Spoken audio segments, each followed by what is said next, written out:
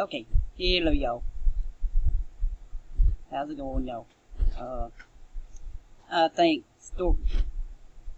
Kosova, however you say it, for this here that led me to this here. Interesting here. So, there's my search for him. Okay, here he is.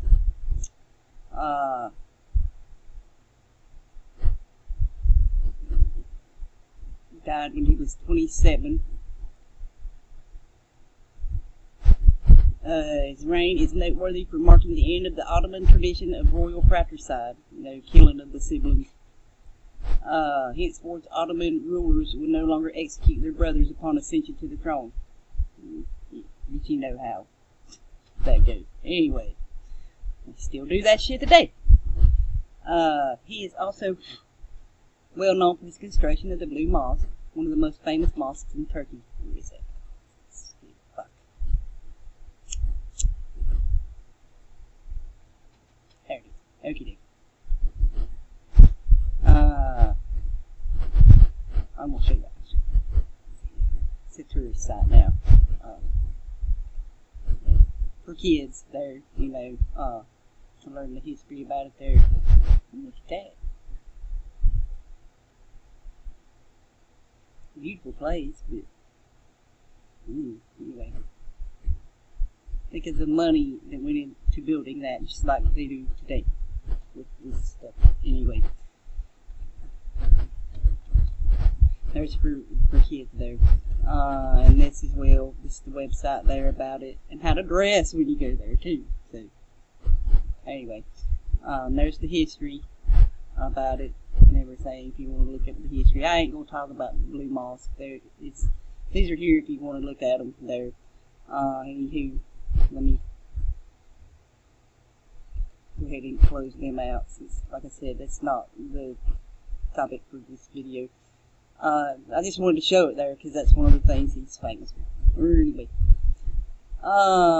most famous. There, so it says where he's born. There, at the Manisa Palace, when his father was still a prince and the governor of the Seljuk of Manisa. There's his mother, his grandfather. After his grandfather's death in 1595, his father ascended the throne. He ordered the execution of 19 of his own brothers and half-brothers. Ahmed's elder brother was also executed by his father on 7th June 1603, just before his own death. So he killed the oldest son there before he died. There. So, anyway. And there's he ascended the throne in 1603. Like, I just got to add here, there's a reason why he killed his first son and let the younger son rule. If you figure that out, you know what I'm saying. Anyway, at the age of 13, when his powerful grandmother, Safiye Sultan, was still alive, and there's about her there. Damn it. A far-lost uncle of his resented his ascension to the throne and spent his life scheming to become Sultan. He broke with the traditional fratricide following previous enthronements and did not order the execution of his brother Mustafa. Instead, Mustafa was sent to live at the old palace along with his grandmother. It was likely due to his young age. Couldn't have kids yet, and they want to kill him off, because what if he died and bloodline wouldn't go on? Anyway,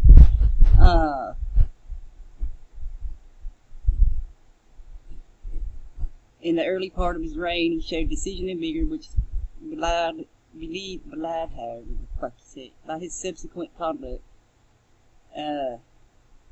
In wars in Hungary and Persia, which attended his ascension, terminated unfavorably for the empire. But his prestige was further tarnished in the Treaty of that word I can't pronounce. ended the 15 Years' War between the Ottoman Empire and the Habsburgs.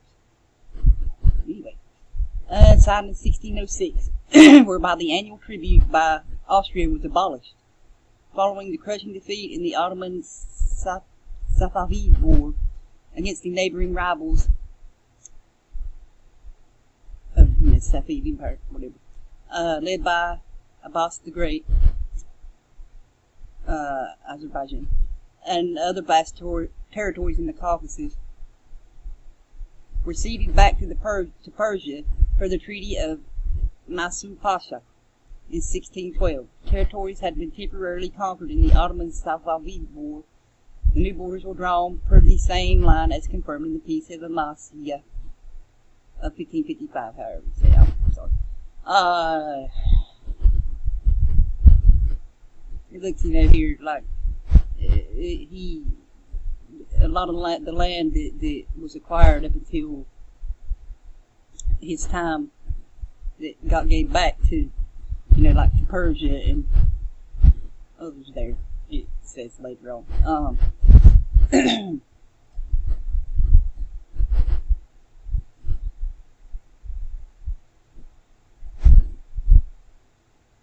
This was the whole of the Middle East there, Aleppo, Syria. There's the war with the Habsburgs. It had been going on for over a decade by the time he ascended the throne. He died, the first dude, and so he was appointed as the Grand Vizier. They recaptured these two places, but failed to capture this place, as the siege was lifted due to unfavorable weather conditions and the objections of soldiers. And the Prince of Transylvania asked them for help for the independence there. His forces joined the Ottoman forces in Belgrade. With his help, the Ottoman army besieged that place and captured it on the 4th of November 1605.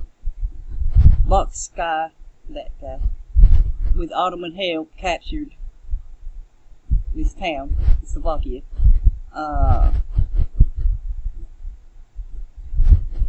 However, with these revolts, Celali in Anatolia were more dangerous than ever in a defeat in the Eastern Front. The Grand Vizier dude was called back to Constantinople. He died suddenly. I wondered how he died. While preparing to leave for the East. This guy here, went instead, and then the peace of, however you say that word, I'm sorry, I'm not even going to try. It ended the 15 Years' War between the Ottoman Empire and the Habsburgs. It abolished the tribute of 30,000 ducats paid by Austria, and addressed the Habsburg Emperor as the equal of the Ottoman Sultan. Interesting, isn't it?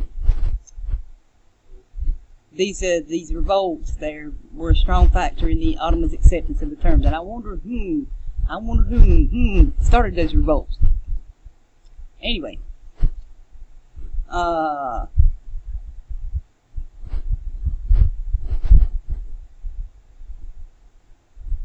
see there. Anyway,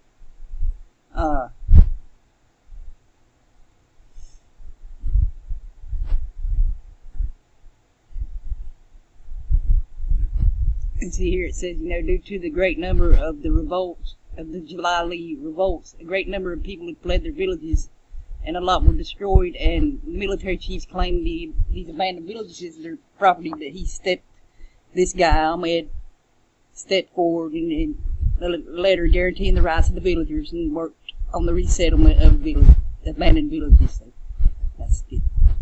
Anyway, because if the villagers ain't in their villages working, they can't get no taxes and shit from them, right? Anyway. This guy, the new Grand Vizier, didn't want to fight the Safavids. He sent a letter. The other guy sent a letter saying he wanted peace.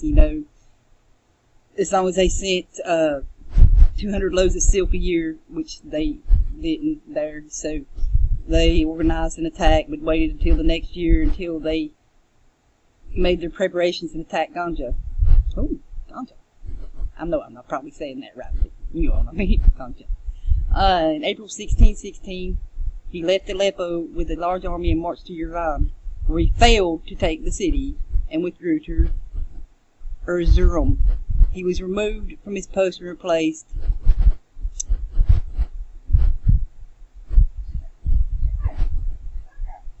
there. Anyway, here you go. Capitulations and trade treaties. Ahmed I renewed trade treaties with England, France, and Venice. In July 1612, the first ever trade treaty with the Dutch Republic was signed.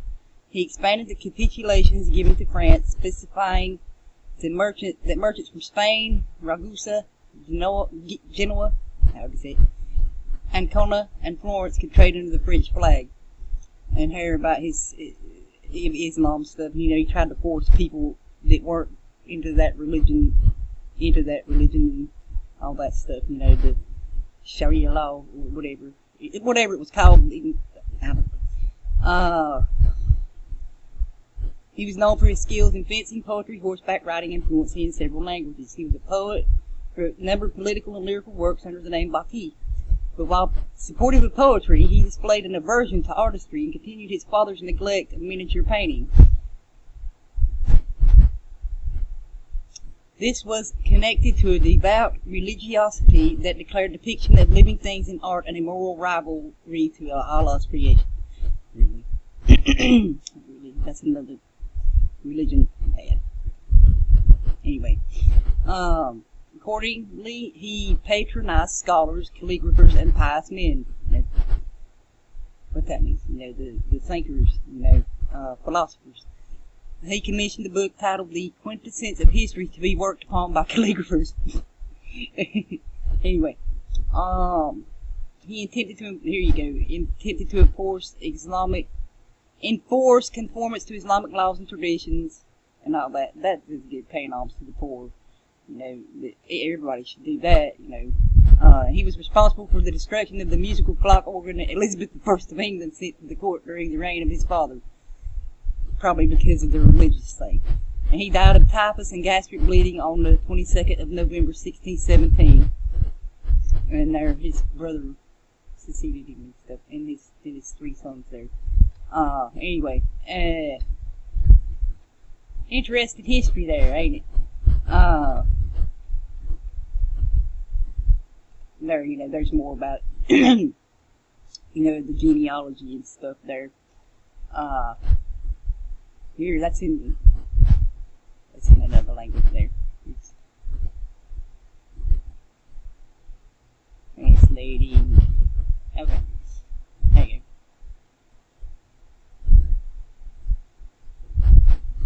go. Anyway, this is just to look at. And here was the Celali rebellions that I talked about. Those rebellions.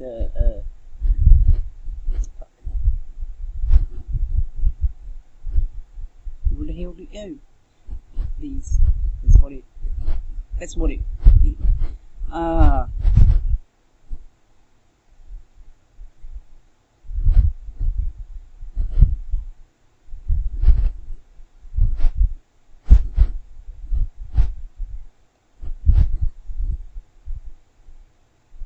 The rebellions were not attempts to overthrow the Ottoman government, but were reactions to a social and economic crisis stemming from a number of factors. Demographic pressure following a period of unprecedented population growth during the 16th century, climatic hardship associated with the Little Ice Age. Sound familiar, y'all?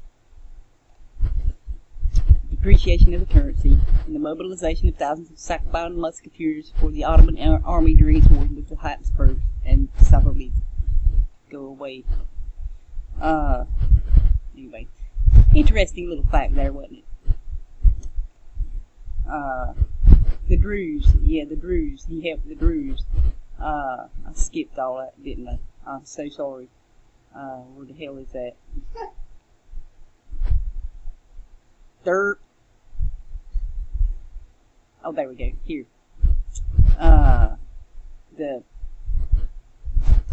however you pronounce that, united his forces with the Druze to defeat the Emir of Tripoli, and went on to take the Adana area, forming an army and issuing coins. His forces routed the army of the newly appointed Beylerbeyi of Aleppo. He was executed for the weakness he showed against the Celalis. This dude here. Man, my gosh.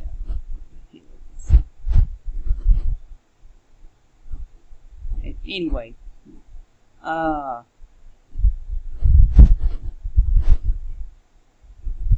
the hell? The Druze. Yeah, see, there you go. What the fuck?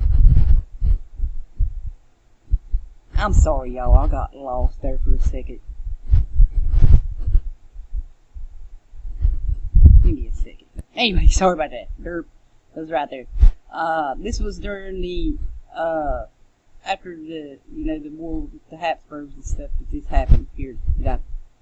Anyway. And that one dude that was executed there, he was briefly, the Grand Vizier of the Ottoman Empire there. Not for long, see, they had him executed for weakness. Anyway, there, the Druze and the history.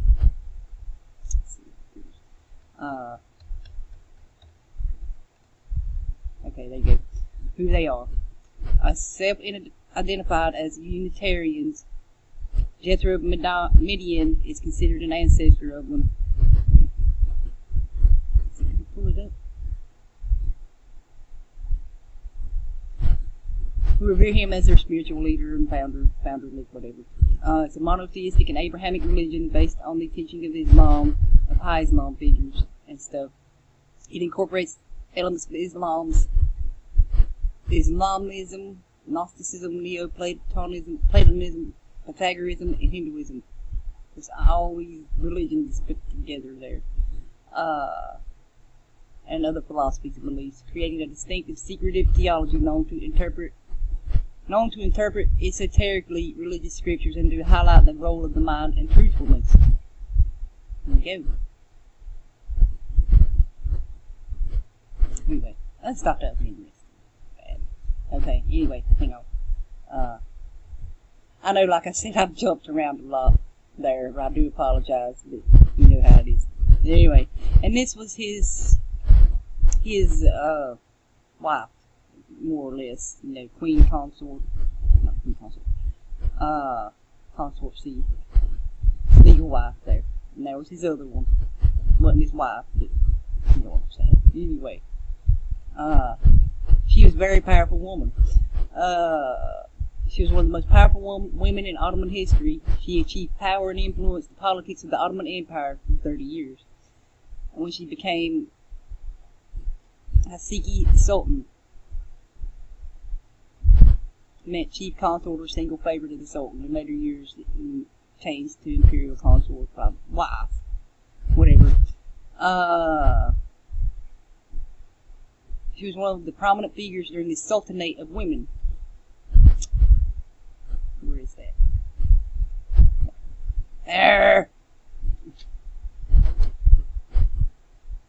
The 130-year period during the 16th and 17th centuries. And the women of the imperial harem of the Ottoman Empire exerted extraordinarily political influence over state matters and over the male sultan, starting from the reign of Suleiman the Magnificent.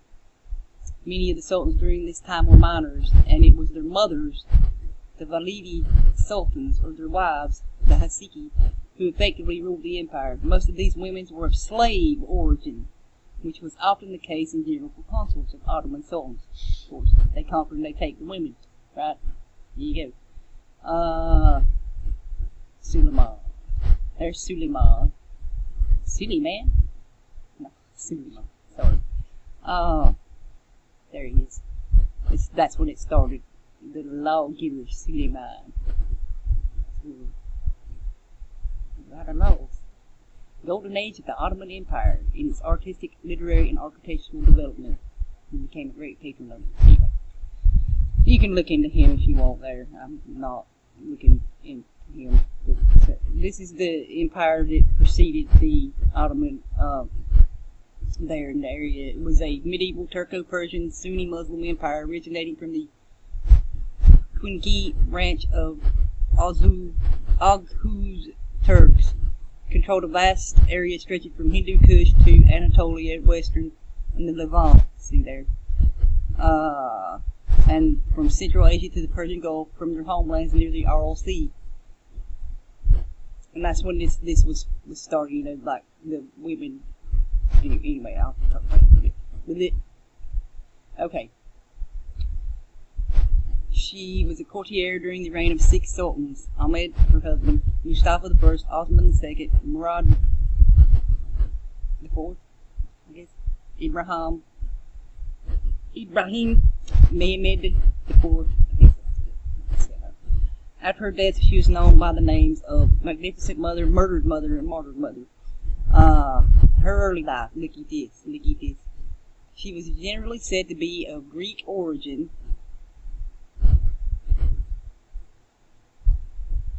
The daughter of a priest on the island of Tinos, whose maiden name was Anastasia. Sound familiar? But these views do not seem reliable, they said. Of course. Anyway, she was bought as a slave by the Bosnian governor and sent at the age of 15 to the harem of Sultan Ahmed I. Upon her conversion to Islam, her name was changed to Mapeke, meaning moon-faced, meaning beautiful, and later he named her Kosem. He named her. Oh my God. Anyway, she rose to prominence early in his reign as part of a series of changes to the hierarchy of the imperial harem.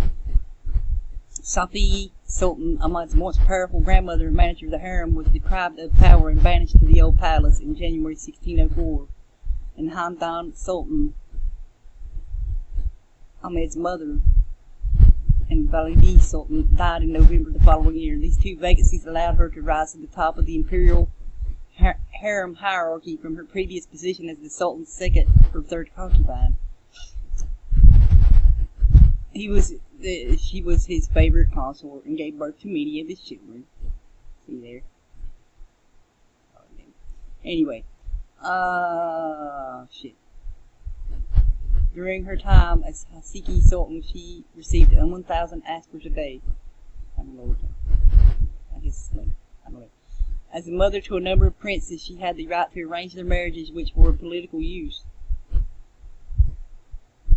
Venetian ambassador Simon Contarini mentions her in his report and portrays her as a woman of beauty and shrewdness, and furthermore, of many talents. She sings excellently, whence she continues to be extremely well loved by the king. Not that she is respected by all, but she is listened to in some matters, and is the favorite of the king, who wants her beside him continually. He reported that the Sultan ordered a woman to be beaten for having irritated Kosem. She may have been Kosem's fellow consort. And this person is otherwise. Kosem made efforts to keep her brother-in-law safe from execution, and may have regarded her as a rival intent on loving in favor of her own son. Kosem and Osman grew fond of each other, her and this woman's son. Awesome. She used to let him join her in carriage rides where he showed himself to the crowd, but once this came to Ahmed's attention, he forbade them being around each other. Anyway.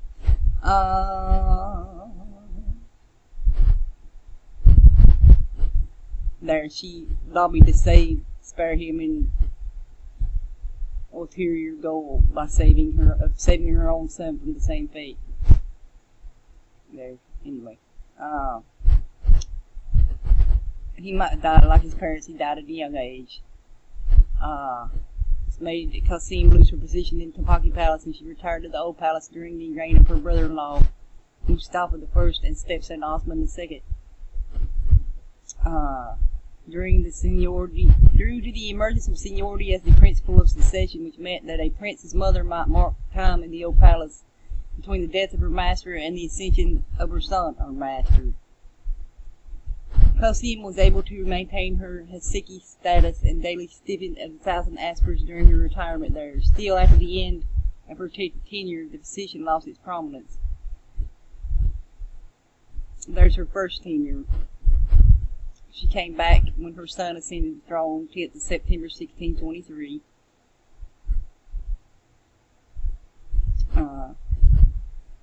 Second tenure, Ibrahim. Third, Mehmed the Fourth, I guess. And the death there, she was strangled to death by the cords of the curtains. Anyway.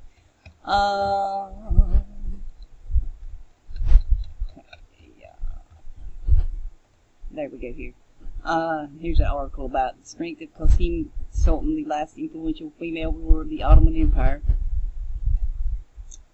Here's a movie made about her.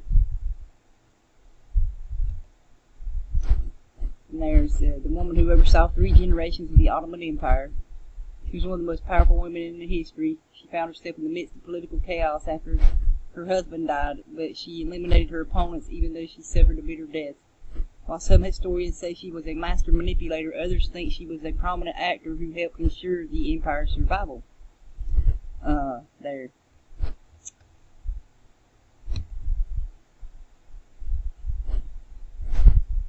You know, truth be known, she may have not even been a slave. You know how the history goes with that stuff.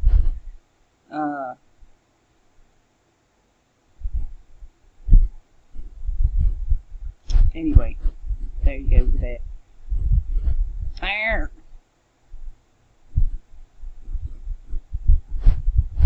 Go there. Come on, scroll. She was assassinated by the Turan Sultan in a struggle for power. Oh, fuck. I skipped some shit, didn't I? Her death. Where the hell was that article?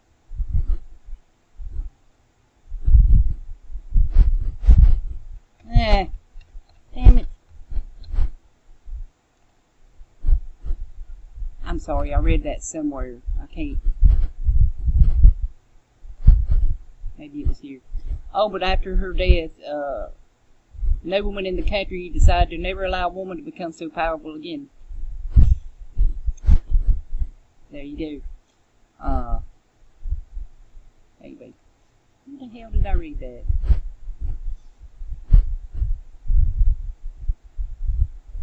Oh, there it is.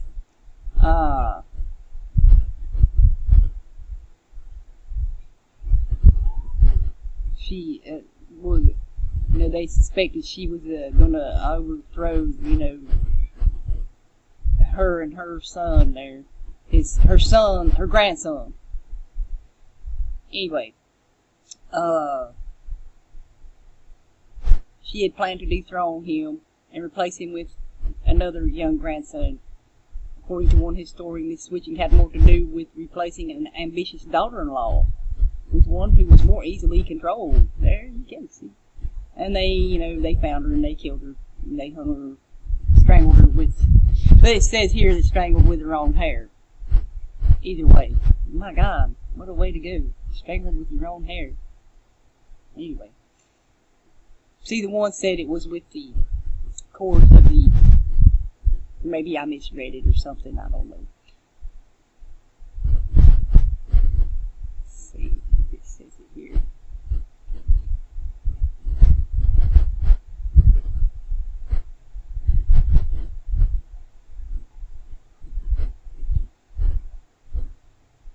No. Let's see how it portrays her in the movies. Let's see.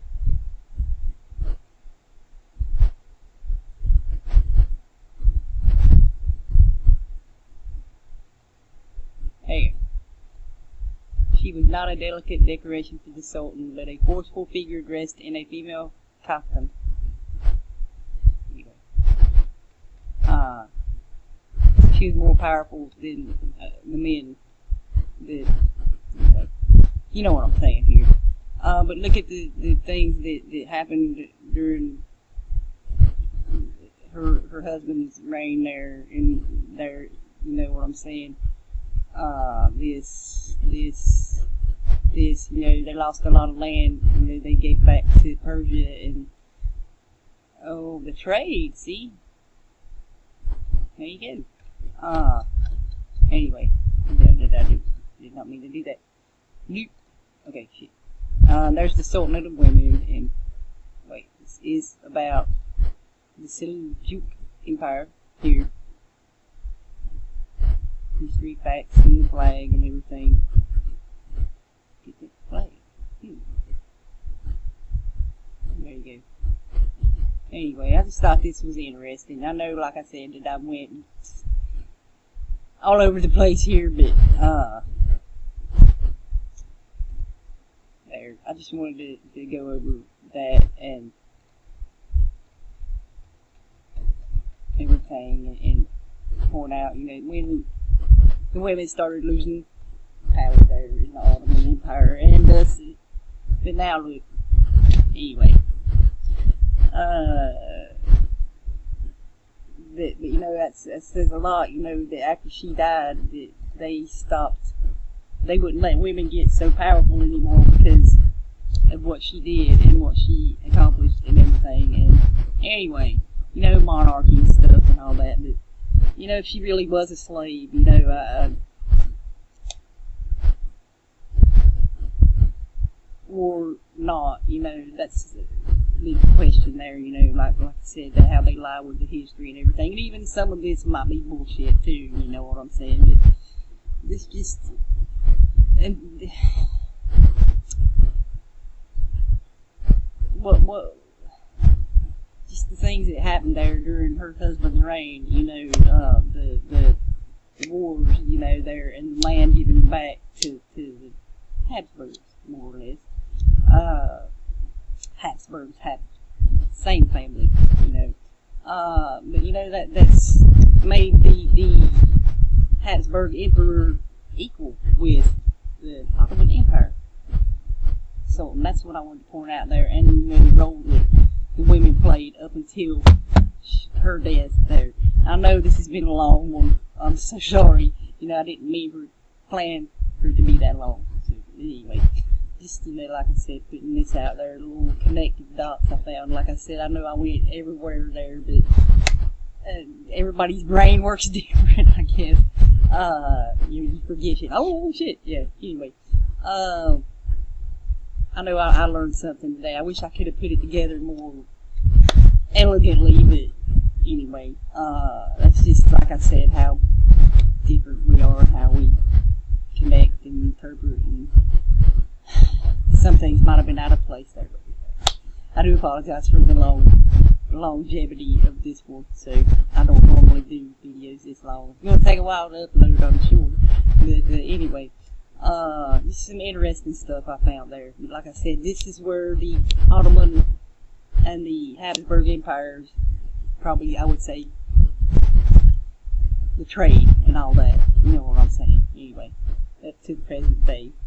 Anyway, take care, y'all. Have a great day. Rest of the day, night, morning, evening, wherever you at. I love y'all. See you.